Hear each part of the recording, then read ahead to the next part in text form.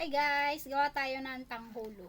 Ayan, may na-prepare na ako, hindi ko lang na-videoan. Wow! Apple, grapes, and orange. Try nga natin yun, yung mga na-trending ngayon na tanghulo. Ayan.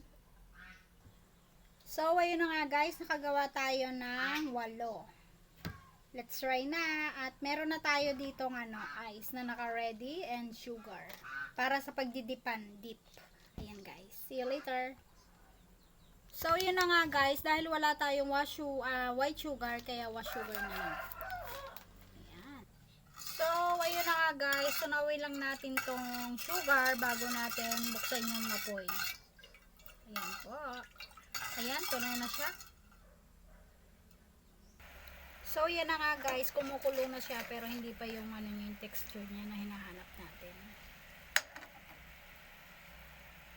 Hindi pa yan yung texture. So, ayun na nga guys, try na natin. Wow! Ayan. Try na natin siya. Kung totoo ba yun. Parang tiko affected naman. Coat lang natin siya ng mabuti.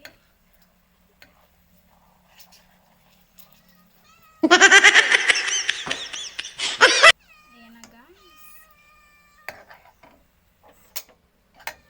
Ayan, the moment of truth. Lalagay na natin siya sa ating ice. Oh my God. Oh no! What happened?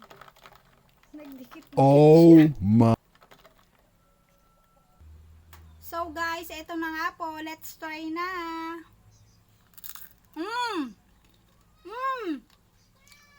The best. Oh, masarap siya. Hindi man perfect, pero goods. Wow! Narinig nyo ba yung guys?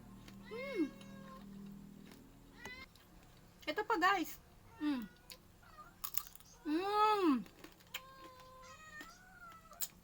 Love it. Nagawa natin guys. Wow! Perfect. Hindi man siya okay dun sa pagka coat, pero the best. Juicy. Ano pa? Yung grapes.